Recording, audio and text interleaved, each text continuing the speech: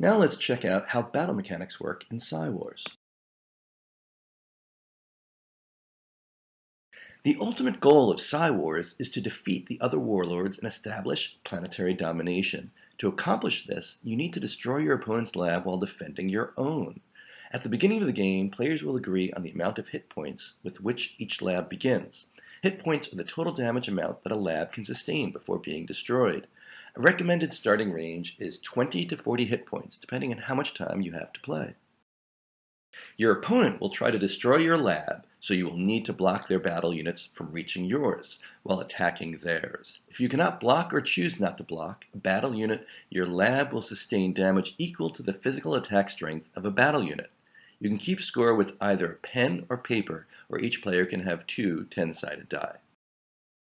At the end of the creation phase of a player's turn, a player may declare that they are going to attack.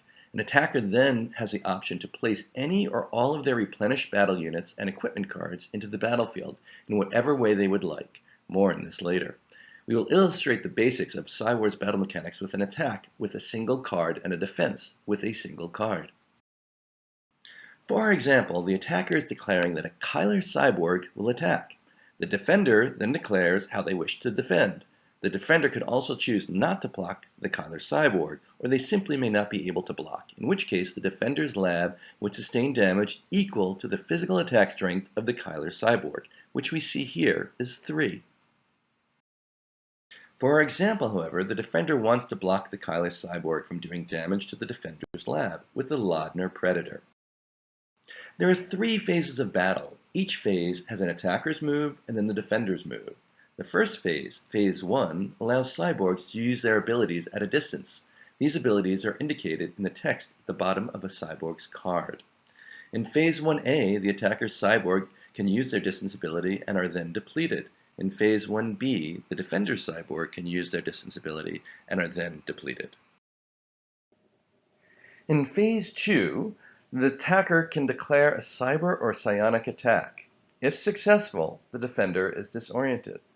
Phase 2B allows non-disoriented defenders to declare a cyber or psionic attack. If successful, the attacker is disoriented. The third phase of the battle is the critical physical phase, where battle units can be destroyed. In Phase 3A, the non-disoriented attackers can attack physically. If successful, the defending battle unit or units are destroyed and the attacker is depleted. In Phase 3B, non-disoriented defending battle units counterstrike physically. If successful, the attacker is destroyed and the defender is depleted. To clarify and simplify the 3 phases of battle, let's go back to our example and see how the battle phases play out. For this example, we will skip Phase 1 since the cyborgs will not launch their attack at a distance, and we will start with Phase 2, where the attacker declares if their first attack will be cyber or psionic. In this example, we can see that the attacker has a 2-2 cyber ability and a 1-2 psionic ability. The defender, on the other hand, has a 1-2 cyber ability and a 1-2 psionic ability. The attacker therefore has a slightly higher ability to win if the Kyler cyborg launches a cyber strike first.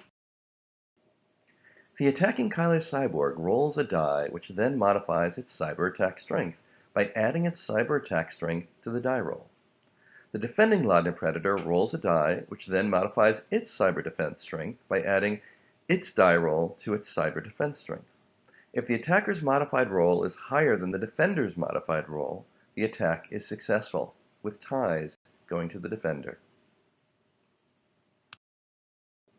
If the attack is successful, the defender is disoriented.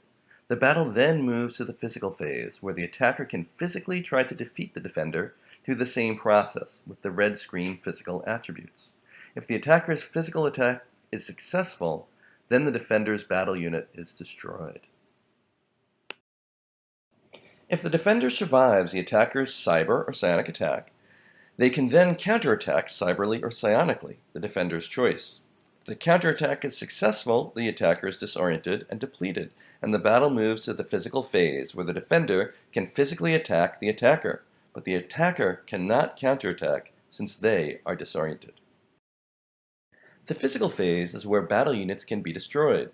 First, a non-disoriented attacker gets to attack, and if successful, the defender is destroyed. If the attacker is unsuccessful, the defender can counterstrike.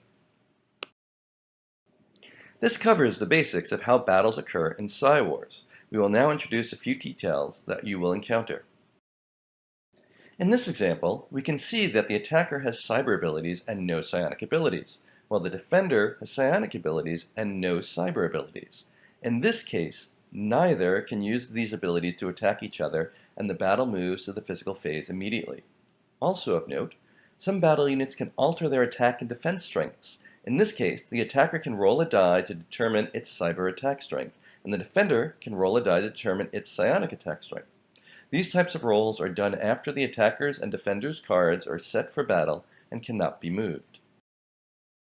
Stacking is when the attacker or defender puts a maximum of 2 battle units together. Stacked cards can add up their attributes for calculating their attack and defense strengths. For example, our stack has a physical attack of 3 plus 4, or 7, and a defense strength of 4 plus 3, or 7. Since each battle unit can have a maximum of 1 equipment card, a stack can contain a maximum of 2 battle units and 2 equipment cards for a total of 4 cards. There's something to note about this stack. The bottom card has cyber abilities, while the top card does not. If this stack is attacked cyberly and loses, the bottom card only, with any equipment card attached to it, will be disoriented and can only defend in the physical phase of battle, while the top card can still attack. This concludes the rules necessary for getting started with playing Psywars. A few parting thoughts. Beginners may want to search their deck and start with one of each creation unit in their lab. This accelerates the gameplay and will help you get familiar with the battle mechanics. There's also a variation we call the Brawl, where all cards in the battlefield are replenished at the end of every turn. This necessitates a different strategy in play. Psywars is an expanding card game, meaning we will have non-random expansion packs in the near future, beyond our initial decks. Finally, we hope you enjoy Psywars. We have developed it over 2 years, and we believe it will provide you with a tremendous amount of fun and enjoyment. Thank you so much.